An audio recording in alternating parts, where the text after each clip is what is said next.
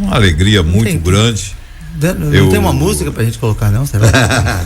eu fico muito feliz em recebê-lo aqui no programa, porque é uma pessoa pela qual eu tenho um respeito, uma admiração, uma gratidão muito grande, porque essa pessoa faz parte, né, da história do estado de Rondônia.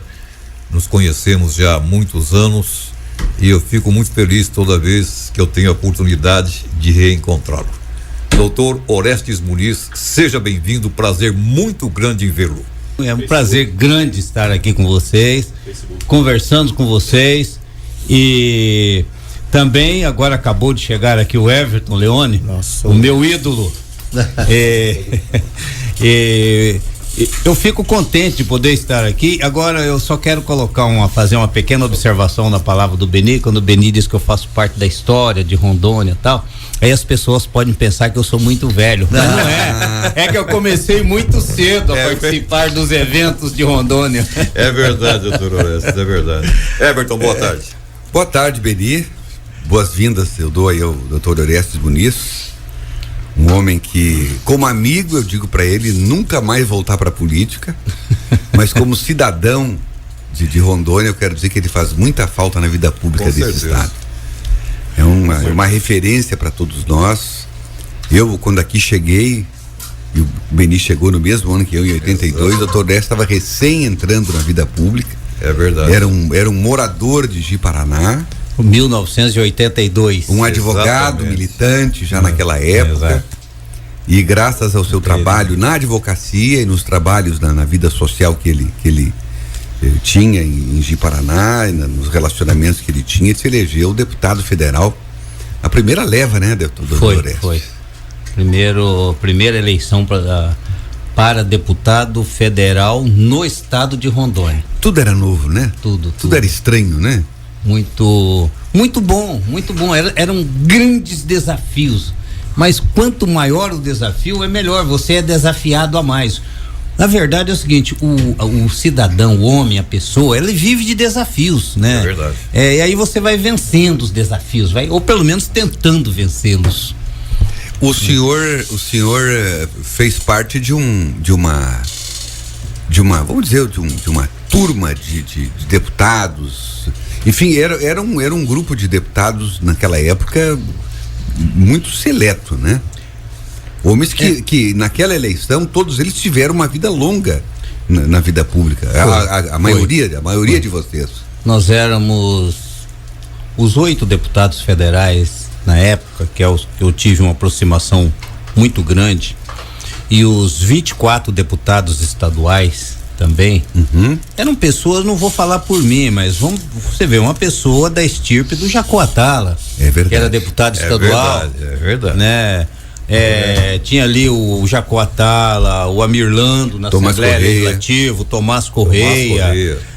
Então você observa que eram pessoas de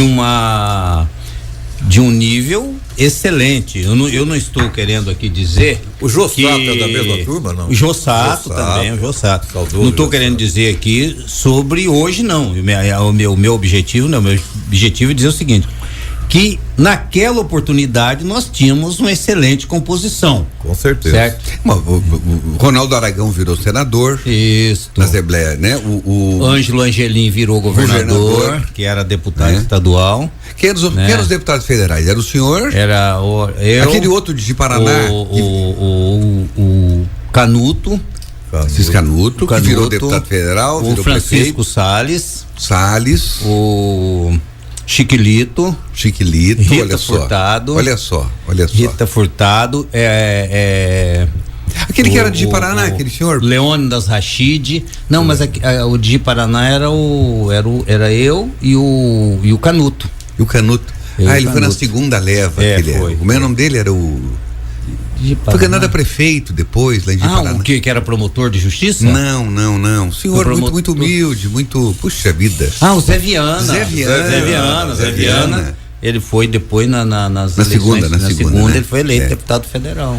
Mas enfim, foi ali que tudo começou, né, doutor Orestes? Foi. Eu fiquei na política 8 anos. E aí eu saí da política. Foi como marcou, né? Parece que o senhor ficou 20 anos na vida pública. Não, é uma coisa que me chama a atenção, Everton, viu? Porque ninguém esquece, né? Exatamente. Você vê, desde 91, que eu não estou na política, estou fora da política, estou atuando como advogado, como empresário, estou atuando em outras plagas, vamos dizer assim, em 26 anos, já? Então, 26 anos. E encontro gente, mas o senhor não vai voltar pra política? O senhor não tá na política? Houve um tempo que eu ficava até meio chateado com esse monte de perguntas. Depois eu falei, não, isso é um carinho. Eu passei a entender isso como um carinho das pessoas. Isso marcou, né? A sua passagem realmente foi. Agora, doutor Orestes, ontem nós estávamos aqui discutindo. Podemos começar, Beni? Sim. Podemos começar, professor? Claro. Por favor, Não, tu viu que ele falou? Assim é o convidado. Eu e o professor não existimos, né? Nós somos figuras inexistentes. Eu tenho falado sempre aqui e tenho alertado muito a população do estado, porque hoje nós temos um governador, e eu brinco sempre aqui, 50 anos de Confúcio. Essa é a campanha. Tem gente que até torce o nariz pra mim, mas isso faz parte, porque se não tiver oposição não tem graça, né? Mas a grande verdade aí, isso é inquestionável, os números estão dizendo isso. Agora, na última sexta-feira, o governo do estado foi apontado numa pesquisa do governo federal, e aí não dá para contestar, ao lado de Belém, né? Os dois únicos estados que estão rigorosamente em dia na questão fiscal, né? E nós temos outras situações, a situação da saúde do estado como um todo. Eu sempre digo, não dá para fazer festa, né? Não dá para começar a brincar com dinheiro, porque vai sentir o problema. Mas a austeridade com que está sendo levada o estado, e hoje, por exemplo, está sendo depositado o dinheiro de todos os servidores, né? Qual é o estado hoje que está fazendo isso? Olha, os dedos de uma mão não enchem. Agora, a minha preocupação, nós precisamos ter um governador igual ao Confúcio ou melhor. Por quê? Podemos correr o risco de aquilo que foi construído em 8 anos, ao cabo da administração dele, ser destruído numa canetada. Não precisa nem dizer em 30 dias, não. No primeiro dia alguém pode inviabilizar o estado de Rondônia. Pode inviabilizar. E aí eu digo o seguinte, mas isso não é, isso é facinho, porque se todos estão nessa situação e Rondônia é exceção, para que Rondônia entre na normalidade dos outros, isso é muito fácil. A questão fiscal, ela é uma questão tão complexa que a maioria dos políticos faz questão de não querer esclarecer isso para a população, que é para que a população não tenha consciência de que um candidato deve dizer a verdade. Porque a questão fiscal ela é tão complexa. Ela é complexa, mas não é de difícil compreensão. Ela é complexa, mas ela não é de difícil compreensão. É a conta do seguinte, de planejamento, né? Fui. É a seguinte conta. Você arrecada X, você arrecada 100 mil, não pode gastar mais do que 100 mil. É uma conta simples. Certo? Agora, o problema é conter as despesas ou fixar as despesas no orçamento abaixo do que arrecada ou até o limite do que arrecada. Essa é a grande questão, inclusive do Brasil. E o problema às vezes não está nem fora do governo, está dentro do governo mesmo, né? Mas tá dentro. Os secretários querem, eu quero o meu, quero gastar, eu quero investir. Você está falando do Confúcio, esses dias uma pessoa disse que o maior defeito do Confúcio é não sorrir.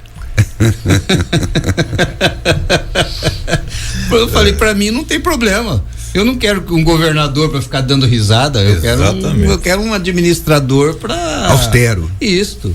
Que faça o que tem que fazer em termos de austeridade. Então aí que entra, e aí eu queria justamente colocar para o senhor a enorme responsabilidade hoje do eleitor, né? E dos partidos para oferecerem opções também, né?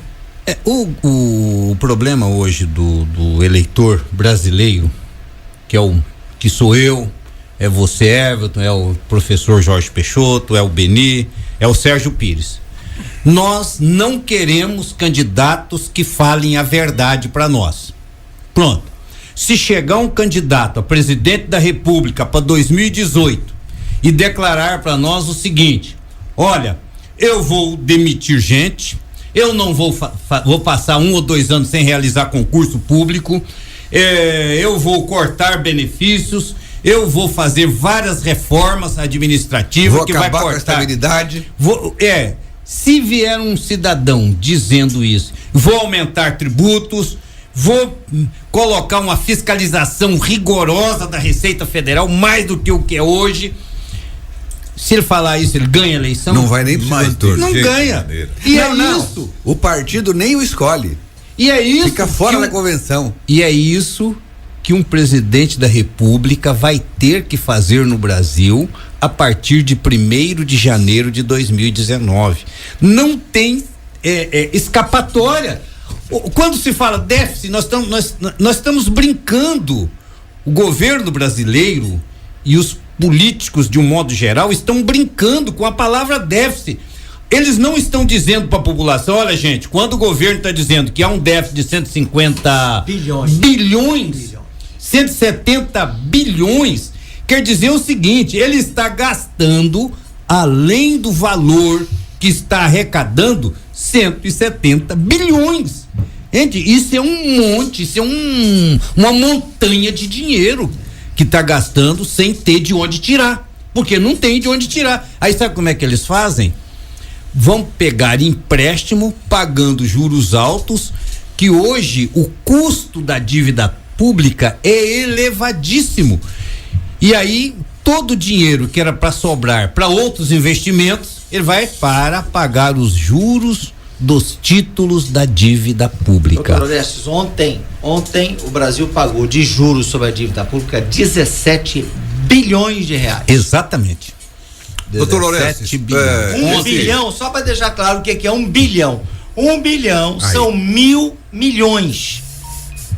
É só porque a pessoa não tem ideia do que é 1 bilhão. Não, 1 milhão já é ruim de contar. 1 milhão é ruim de contar, bicho.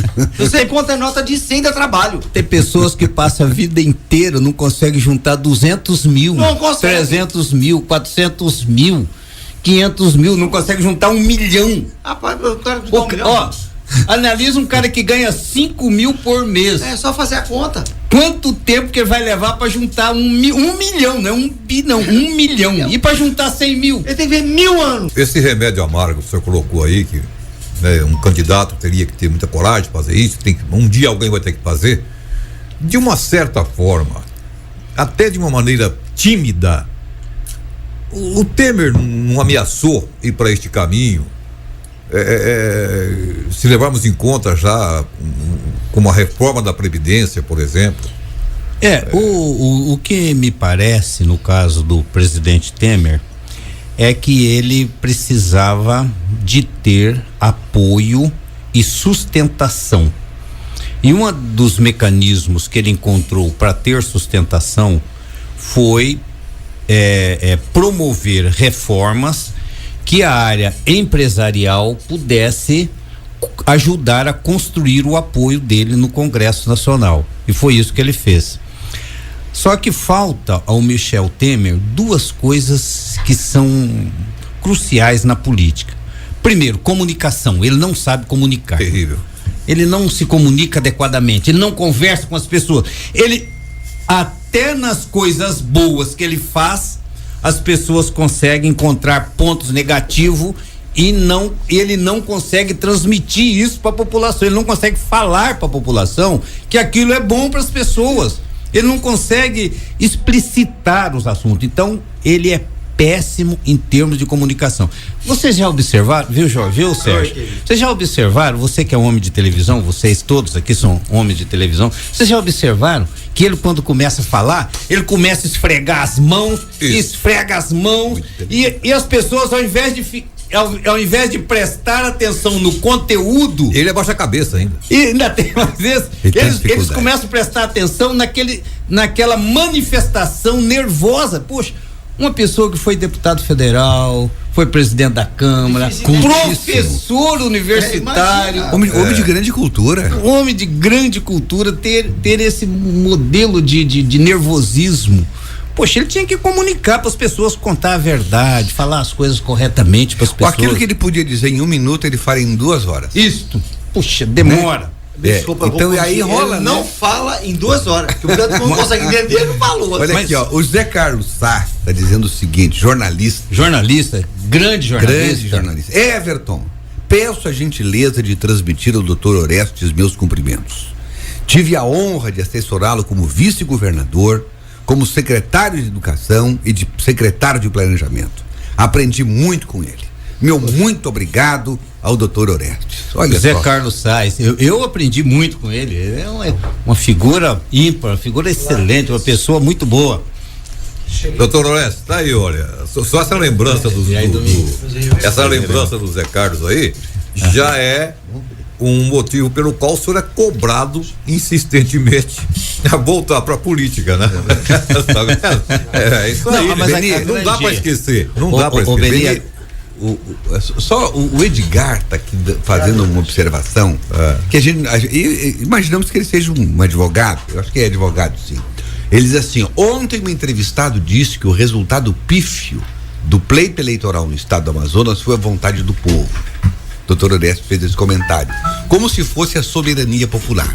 Ora, a soberania popular, fundamentada na ideia do contrato social, jamais poderá ser vertida genuinamente na decisão de uma minoria de circunstância.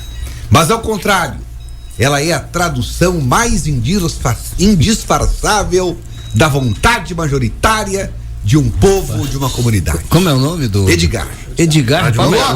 Que manifestação erudita. É verdade, é verdade. Mas ele continua com o eruditismo dele. É erudino, é. Logo, no que concerne à vontade soberana do povo amazonense, nas últimas eleições para o executivo estadual, sem dúvidas que prevaleceu a aversão ao velho e carcomido sistema, com as mesmas ratazanas políticas.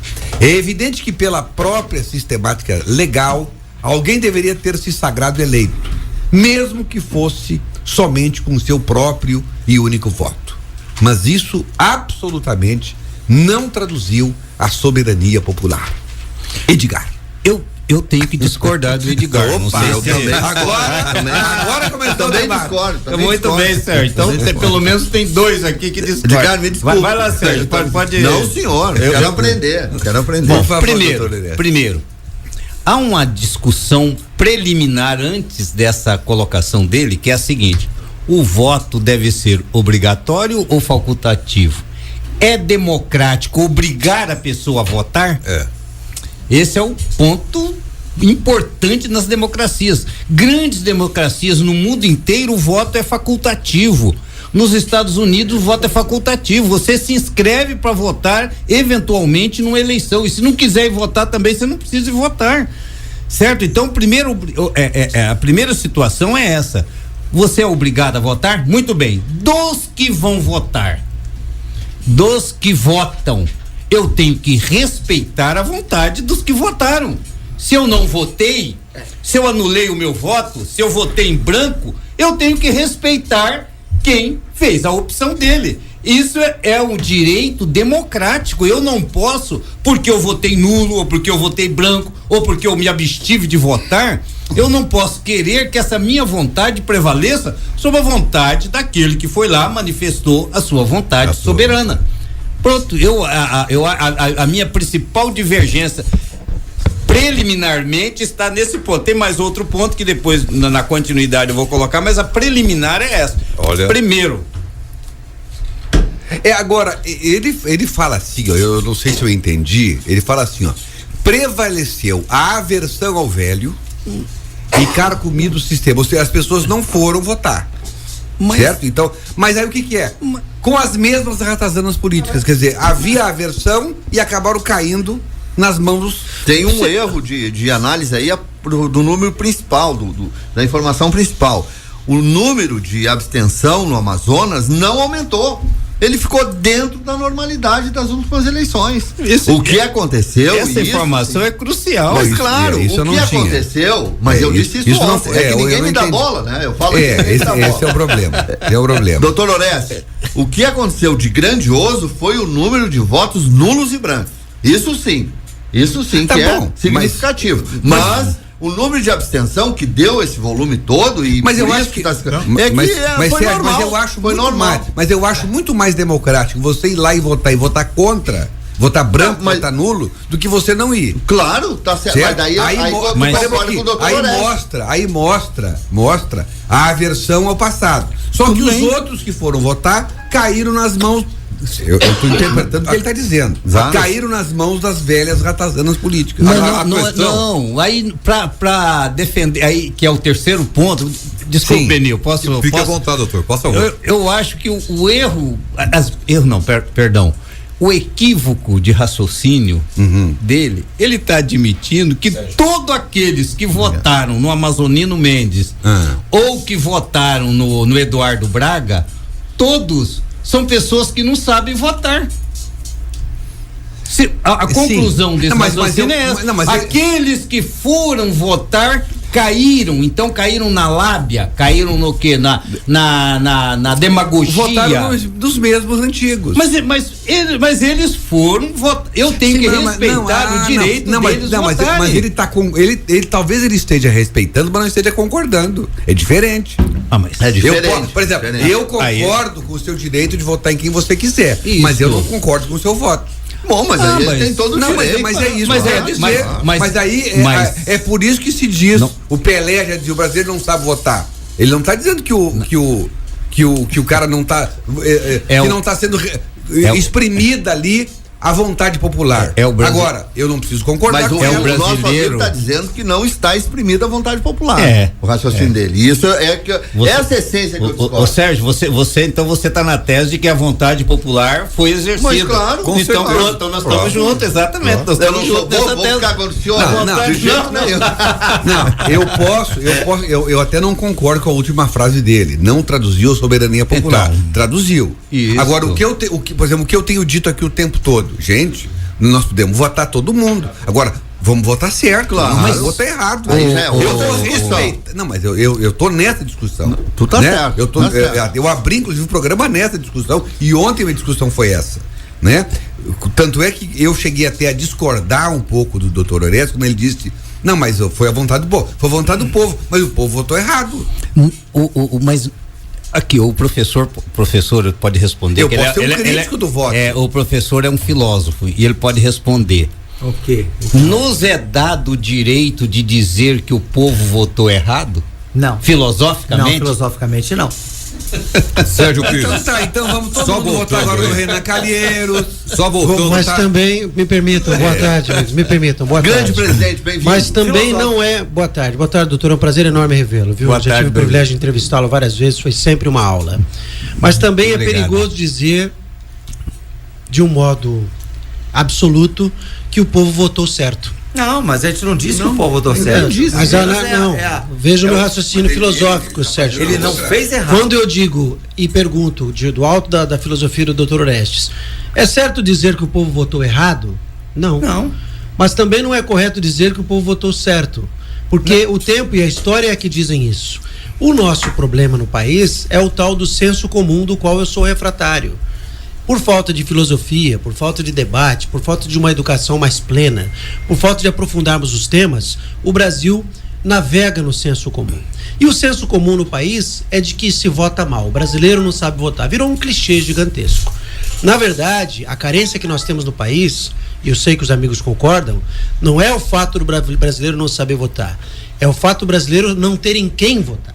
O brasileiro tem uma carência quase absoluta, uma ausência quase total de candidatos nos quais ele possa realmente votar, imbuídos da filosofia que o doutor Orestes trouxe quando eu comecei a ouvir no rádio vindo para cá.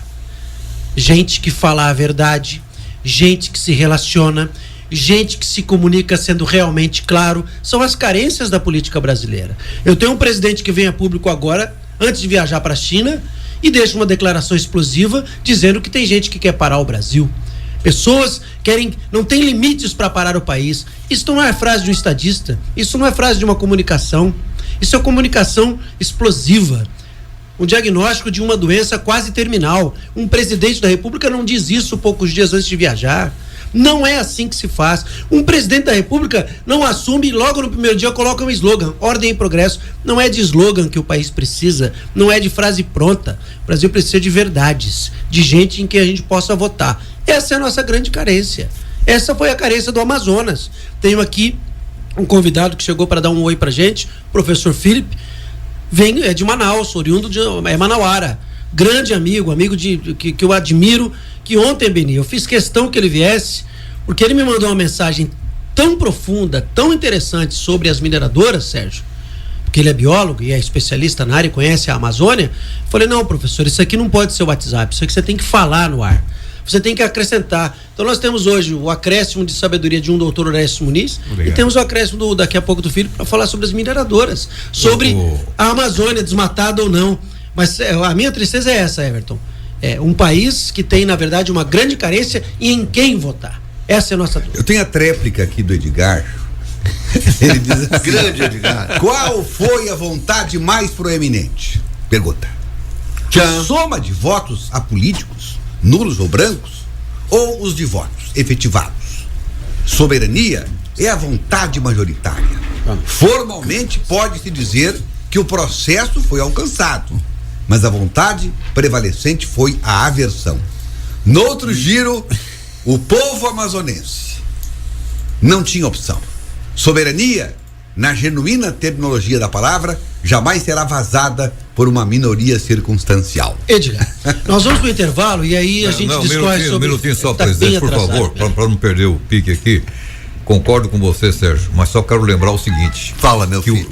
Quando você diz que a abstenção foi mantida. Sim. Lá em Manaus. Sem dúvida. Correto? Sim. Sem dúvida. Só que o que assustou realmente foi que nulos, brancos. Foi isso que eu falei aqui. Não, meu querido. Deixa ele terminar, Sérgio. Dá licença. Termina o seu raciocínio, Benito. Que nulos, brancos e a abstenção, somados tudo, deu quase que o dobro dos votos dos dois candidatos, dos votos válidos. Isso assustou. E é isso que está dizendo por isso que o Edgar. Debatendo. Por isso que o Edgar está falando. Entendeu? Isso. A abstenção não assustou. Depois do intervalo. Vai falar, o professor Peixoto também. E antes de eu falar do teatro, eu vou terminar a minha participação nesse bloco com uma frase que eu já disse aqui, mas repito porque cabe no momento, de Luiz Fernando Veríssimo. O Brasil é governado por uma minoria esmagadora. Está de volta. Papo de Redação. Parecis FM. Muito bem, estamos de volta para mais um bloco de ponta no programa hoje, com convidados especiais. Dr. Orestes Muniz nos dá a honra da sua presença, discorrendo a partir do episódio Eleição em Manaus, Eleição no Amazonas, a respeito de eleições no país de um modo geral, porque a legislação é a mesma e ela é questionada em alguns aspectos, e o comportamento do eleitor, este sim, tem sido ainda mais questionado. Professor Felipe, boa tarde. Dê um oi aqui no microfone do Sérgio e já diga pra gente que considerações você fez pro Beni agora há pouco no intervalo sobre esse grande número de votos nulos e brancos. Seja bem-vindo, Felipe. Obrigado a todos da mesa, uma boa tarde a todos aqui os presentes. Obrigado também a todos os ouvintes. E, na verdade, assim, como manauara, né, como amazonense, já vivendo aqui há 5, vai fazer 6 anos, vão fazer 6 anos agora. O que é importante a gente salientar é que quando se trata de uma eleição em que o número de abstenções, de votos brancos e votos nulos ultrapassa o número de votos dos candidatos do pleito, a gente questiona até a legalidade disso. Eu sei que, obviamente, a questão não a legalidade no caso, obviamente, a gente questiona até a moralidade disso, né? Afinal de contas, legal é, mas será que é moral? Deixa essa interrogação. A opinião do povo, nesse caso especificamente, é que, pelo que a gente pôde observar, nenhum e nem outro. E essa maioria, mais de 1 milhão de pessoas que não votaram ou votaram em branco ou nulo, não querem nenhum desses dois candidatos e serão governados por um desses dois candidatos, né? Que no caso, o governador Amazonino Mendes. E aí fica essa discussão. Eu, como amazonense, fico muito triste diante desse fato. Quadro todo, né? Desse quadro todo. Um estado com a pujança que o Amazonas tem, né? Um estado líder aí por conta de Manaus e de Zona Franca de Manaus, do norte do país, está vivendo uma situação política como essa, uma crise, né? O promotor... Ricardo Felipe, você já volta mais. O promotor, doutor Átila Salles, Tá dizendo assim, ó, parabéns pelo programa, mande um abraço pro meu professor de Direito Tributário, Dr. Orestes Muniz, olha só. Doutor Átila, grande promotor, um excelente aluno, pessoa aplicadíssima. Parabéns. E o doutor Joaci Loura Júnior, para ver a qualidade também da nossa audiência, né, doutor Orestes? Fantástico. Doutor Joaci Loura Júnior, meus caros amigos, dinos, meus cumprimentos, e aos convidados, em especial a esse advogado aí em respeito que admiro, doutor Orestes Muniz. Olha só que maravilha. Doutor Loura, Felipe Jefferson mandou uma mensagem também. Desse também vindo do doutor Loura.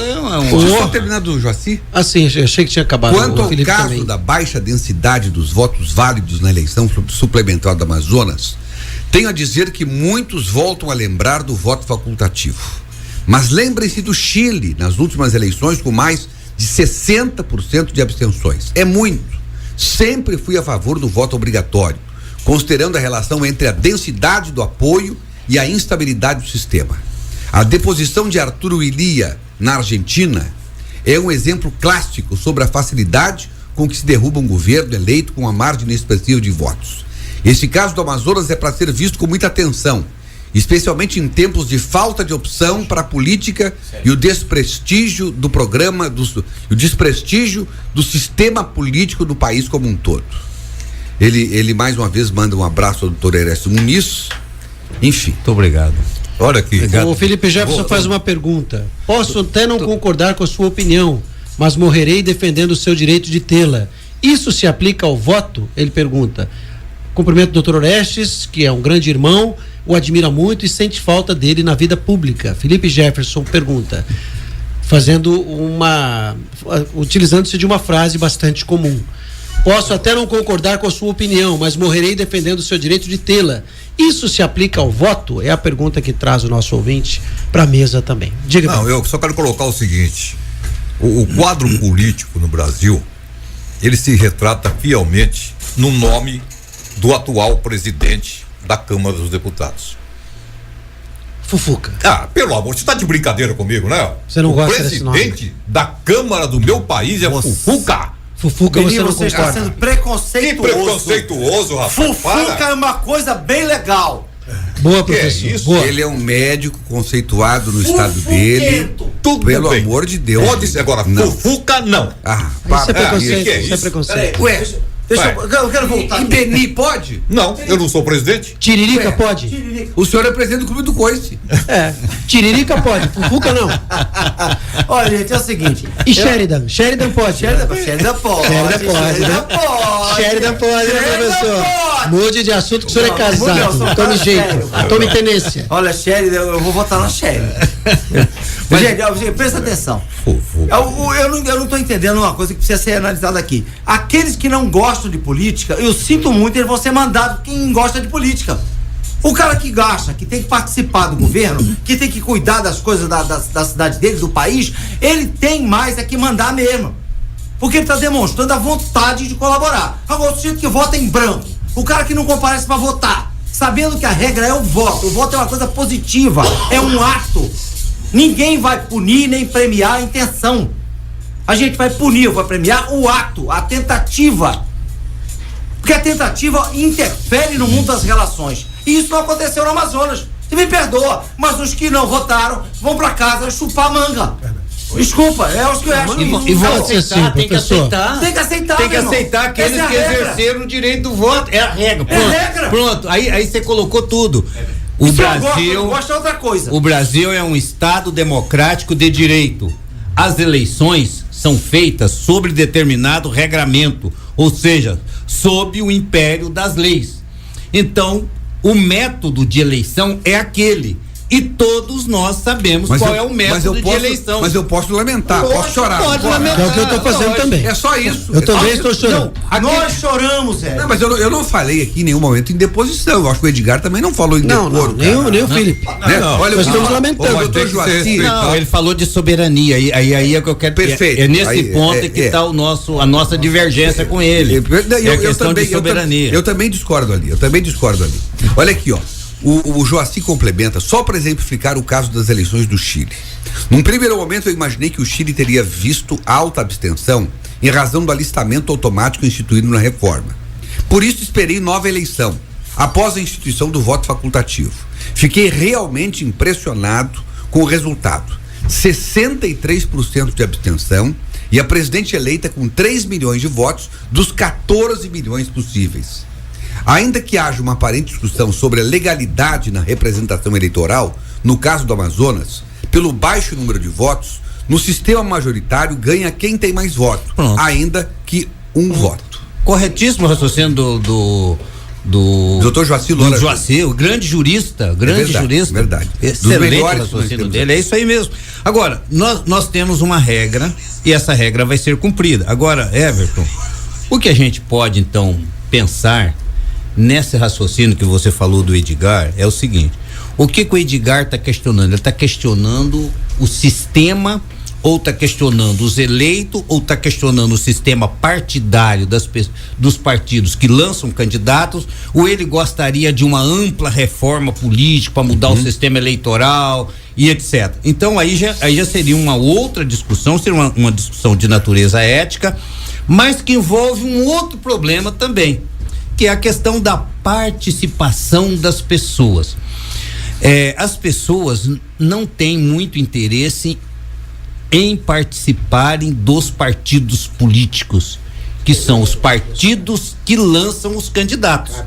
Como são os partidos que lançam os candidatos e as pessoas não têm interesse em participar dos partidos políticos, então quem serão as pessoas que serão lançados candidatos?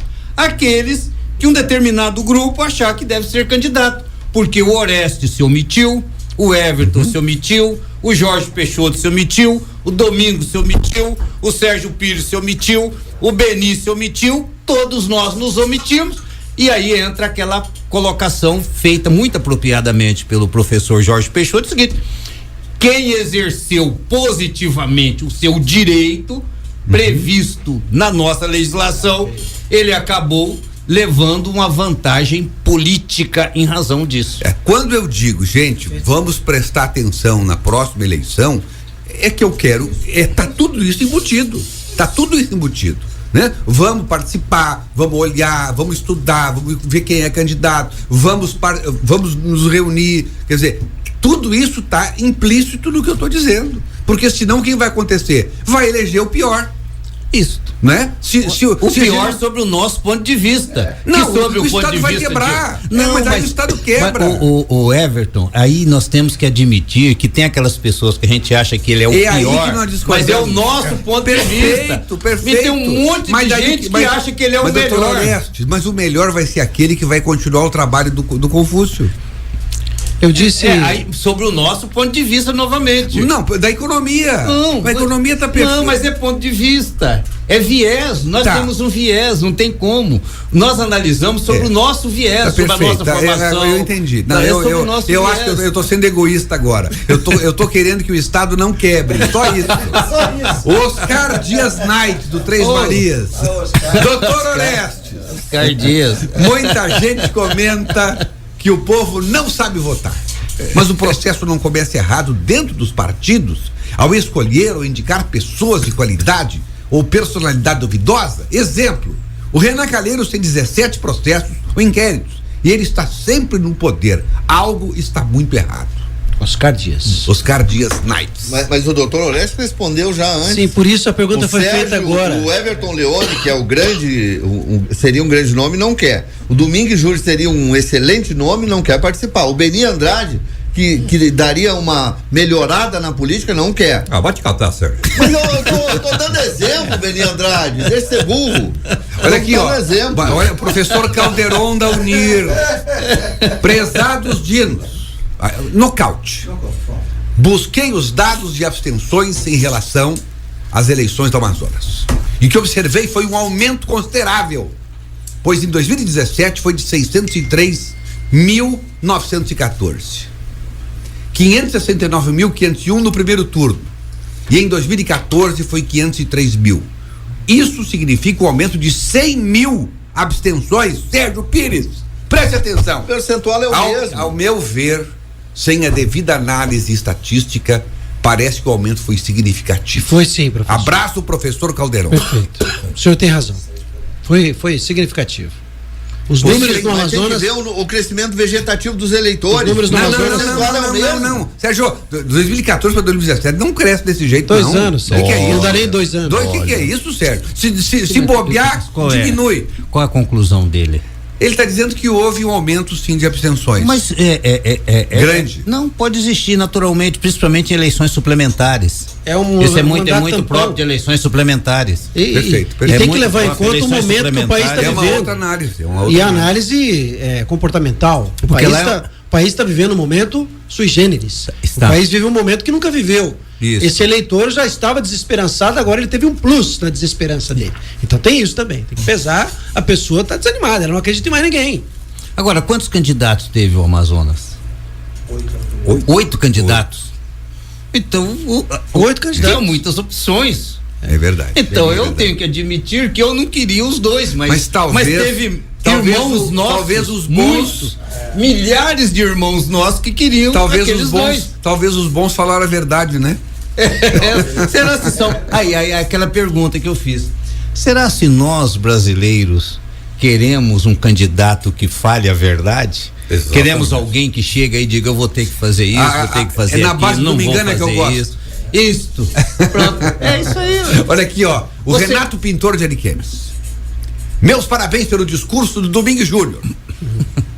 Faço dele minhas palavras. Foi um show de dissertação a tal ponto que ninguém ousou questioná-lo. Nenhum participante o fez.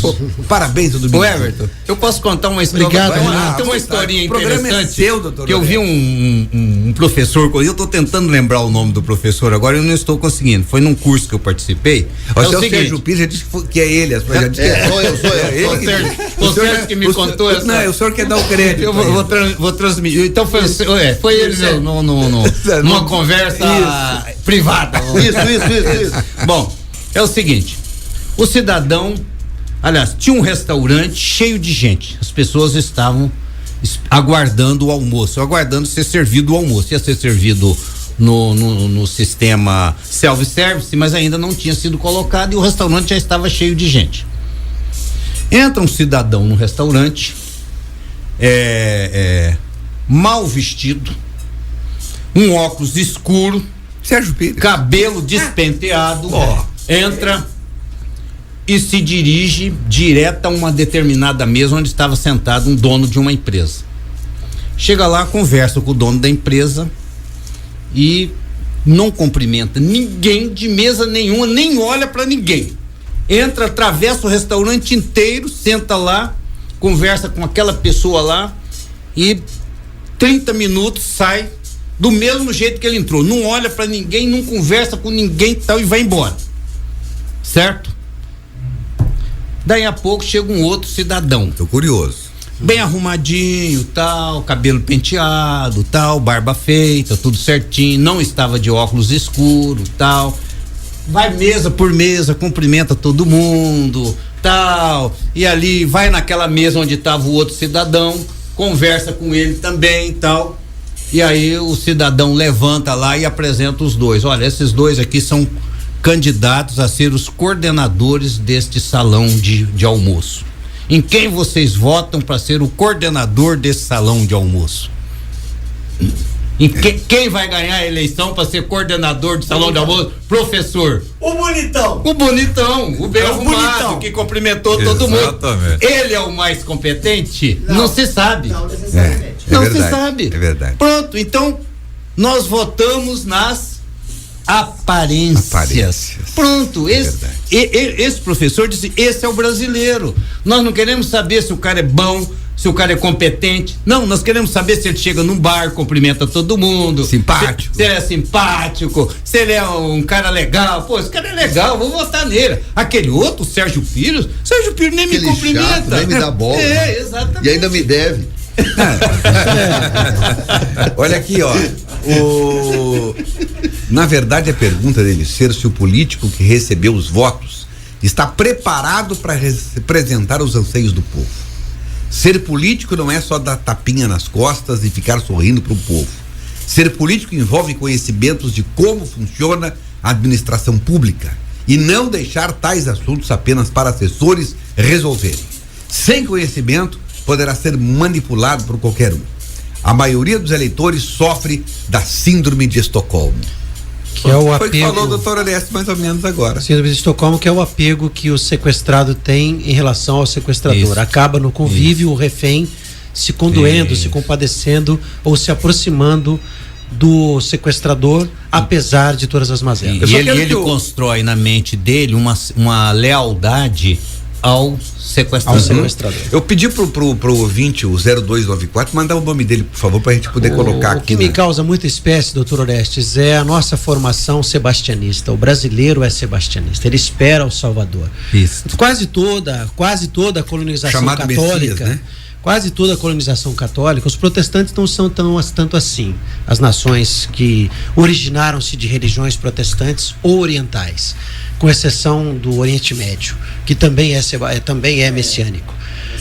Mas os colonizados por Roma, pelo Vaticano, com influência da igreja, com todo respeito, isso é a história, portugueses e espanhóis principalmente, América Latina que eu diga, aguardam para sempre o salvador da pátria. Temos novamente o ex-presidente Lula. Ele faz agora uma grande carreata pelo Nordeste como quem? O salvador da pátria. Exato. Pois não, professor. E o que acontece, o que a gente inclusive já conversou, Domingues, em outros momentos, é que, na nossa opinião, assim, na minha opinião especificamente, o Brasil já não precisa mais de um líder, né? O povo brasileiro não precisa mais de um líder. O Brasil precisa de um gestor. O Brasil precisa de fato entrar hoje no mercado, o Brasil precisa se modernizar, o Brasil precisa ser vendido, né? Obviamente no quesito positivo dessa palavra, né? O Brasil precisa entrar como um país de respeito no mercado europeu, né? Então, como inclusive fazendo uma parabenizando o Domingos pelo projeto que fez, inclusive lá no Valor Econômico em São Paulo, apresentando o estado de Rondônia para os grandes investidores do Brasil e internacionais. O Brasil precisa disso. O Brasil precisa de um executivo que vá de fato mostrar e que conheça o que o Brasil tem de muito bom. E a gente sabe, nós enquanto brasileiros sabemos que o nosso país tem muito potencial, e acho que a maior riqueza que o Brasil tem é o brasileiro, é o povo, né, que aqui vive. Eu quero fazer uma observação, embora eu concorde na essência com o que o senhor falou, ele não há reparo. Está conosco o professor Felipe, tá? Professor Felipe, que é do Colégio Objetivo FGV, especialista em Amazônia, biólogo e em farmacologia também, conhece como poucos a importância da pesquisa e da tecnologia bem investidas na nossa região amazônica. Exato, e honra mais ainda a minha observação. Valoriza, sem dúvida nenhuma. Professor, então, eu vejo o seguinte, eu acho que o senhor está correto no seu raciocínio. O Brasil precisa, de fato, de um gestor. Mas a pergunta que eu faço, ela é retórica, ela não é para ser respondida, ela é só retórica. O brasileiro sabe que ele precisa disso? Realmente. O brasileiro está consciente da necessidade dele? Na verdade, eu acho... O que ele deseja não é o que ele quer, nem o que ele precisa. Na verdade, eu acredito que isso não é um problema do Brasil hoje. Acho que o mundo hoje está meio perdido em relação a essas opiniões. Quando a gente observa que o que prevalece hoje é a polarização, ou é preto ou é branco, ou é azul ou é vermelho, ou é exatamente. Quando a gente observa que as opiniões que tangenciam essa polarização toda não são mais levadas em consideração, elas não têm mais nem tempo para serem ouvidas, a gente começa a se assustar e observar de que alguma coisa está errada. Aí a imprensa precisa assumir um papel tal qual ela nunca teve. Exatamente. Que é o da mediação de conflitos. Nós precisamos de uma terceira via. Essa terceira via é o mediador. Exato. É a pessoa, é o professor, é o jornalista, é o analista, é o advogado, é o jurista, capazes de mediar, de trazer para uma outra via o pensamento, o raciocínio, a sabedoria. Calma, gente, não é uma guerra, calma. É possível criarmos aqui um Santiago de Compostela, um caminho para a redenção. Se não, meu amigo. Né? De certa forma, essa colocação feita pelo Domingos ali sobre o nosso determinismo, as avessas, vamos dizer assim, ele está contemplado no livro do Max Weber, né? A Reforma Protestante e o Espírito do Capitalismo. Que é as pessoas aprenderem a procurar o seu próprio sucesso, não esperar Salvador da pátria. E a Reforma Protestante, de certa forma, ela veio ao encontro de que as pessoas deviam interpretar. A interpretação seria pessoal. Então a pessoa teria que aprender a ler, escrever tal, para ele mesmo fazer a interpretação da Bíblia. Então, quer dizer, ele não podia ficar na expectativa dos outros. Ele teria que construir a sua própria interpretação. Então eu concordo com você. Eu acho que nós temos, e aí eu venho também em apoio à tese do professor Felipe. E aí a sua inteligência quando você estabeleceu um divisor de água, viu, Everton? O Everton, você viu que o Everton estabeleceu um divisor de água, Sérgio. A discussão do legal, a discussão do Estado democrático de direito, como ele é posto hoje, do que nós queremos como ideal para o nosso estado e para o município e para a nação brasileira. Você foi muito inteligente quando você estabeleceu isso. Nós podemos achar que as práticas da legalidade, do exercício da soberania hoje, do voto, ela é colocada dessa maneira, mas nós temos que ter ao mesmo tempo a responsabilidade também. Da qualidade, né? Hã? Da qualidade. Isso, não, mas nós temos que ter a responsabilidade também de indicarmos e dizermos esse perfeito. processo para onde que ele está nos levando. E aí vem a tese do professor Felipe. O que é que o Brasil precisa, no nosso ponto de vista? E trabalharmos esta vertente, esse viés do que é que precisa. Aí, mas eu coloco uma outra coisa. E se nós, brasileiros, a maioria, formos assim? Do jeito que estão as coisas. Eu já estou quase achando que nós somos assim. O doutor Renato Cavalcante, advogado, grande Renato, dizendo assim: parabéns pela excelência desse ímpar programa. É ímpar, viu, bem? Não tem outro. Não tem outro. Tem o par e tem o ímpar. Sempre dinâmico e interativo nos assuntos abordados. Realmente um programa qualificado, democrático, imparcial e diferenciado, graças à qualidade de todos que participam. Quero saudar o digníssimo Dr. Orestes Muniz, meu professor de Direito Tributário, o qual nos deu a honra de ser o paraninfo da minha querida turma D32. Um abração para todos Renato vocês. Cavalcante, excelente amigo, parceiro e excelente advogado. Olha, eu fico muito contente como o caso do doutor Átila, o caso do doutor Renato e muitas outras pessoas. Doutor Joaci. Não, mas esses dois, os dois porque foram alunos meus e são Sim. pessoas de grande sucesso na advocacia. Eu sinto uma satisfação muito grande com esse tipo de advogado que é dedicado, trabalhador. Parabéns, o Renato. Doutor Átila é promotor, né? Promotor. 1h08. O professor Felipe, ao se despedir, vai trazer pra gente, eu peço gentilmente, abrindo apenas o espaço para o debate. E ainda no Amazonas, ou na Amazônia, falamos ontem, professor, sobre o desmatamento, ou sobre o grande processo de críticas que o presidente Temer sofre por ter liberado uma reserva mineral e não ambiental para exploração. Domingos, pois não. Me permite uma parte. Eu acho que o professor Felipe não pode se despedir do programa. Não agora, né? Tem que ficar. Não, você sabe por quê? Pois não. Porque o Sérgio Pires, no comecinho do programa, trouxe um assunto, o grafeno. E eu acho que o professor poderá colaborar com esse tema aí na continuidade. Mas o senhor não recebeu licença para sair. Não é melhor a gente esperar o grafeno fazer presente aqui no programa? Quem é o grafeno? É o novo ataque do grafeno. É uma descoberta feita recentemente vai revolucionar a nossa vida. Que o ouvinte não tá sabendo. Não é um aço, não. É de uma matéria que ela é não sei quantas vezes depois mais resistente do que o nosso aço. 100 vezes mais resistente. É o novo ataque do Santa Cruz. Grafeno, grafite, graxinha. Esse ataque é o poder, meu amigo. Então, em razão do assunto ir para a vertente do grafeno, eu é que vou pedir licença para me despedir, então, dessa pleia de pessoas que estão colocando as coisas de uma forma empolgante, interessantíssimo, mas eu vou ter que almoçar.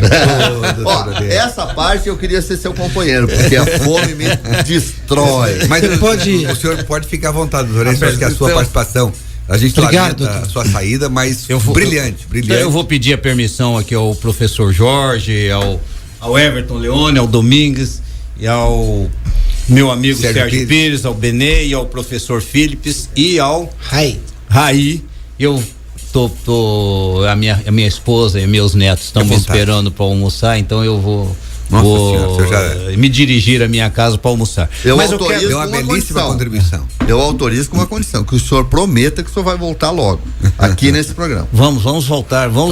Aí nós vamos. Tá autorizado. Vamos convidar um dia para televisão. Ótima também, né? ideia, excelente. Vamos aprofundar a discussão.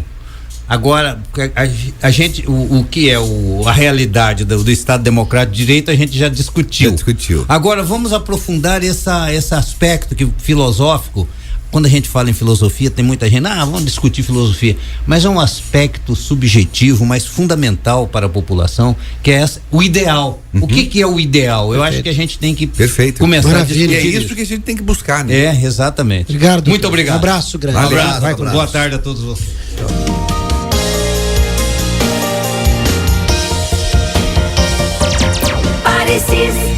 Parecis.